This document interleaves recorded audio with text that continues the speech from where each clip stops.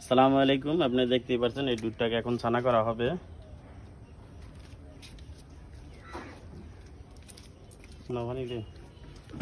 সাদা পানি, টক পানি দেওয়া হবে, ছানার টক পানি দেওয়ার পরে এই দুধটাকে এখন ছানা করা হবে। খারাপ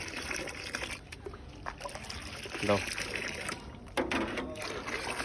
গাভীর দুধ থেকে কীভাবে ছানা হয় দেখেন, এইভাবে আমরা ছানা করি, তারপর আপনাদেরকে মিষ্টি বানায় প্রস্তুত করে দোকানে বিক্রি করি। দাও, দেখতেই পাচ্ছেন ছানার প্রসেস। আরো দাও। এখন ছানার রোয়া ধরতেছে।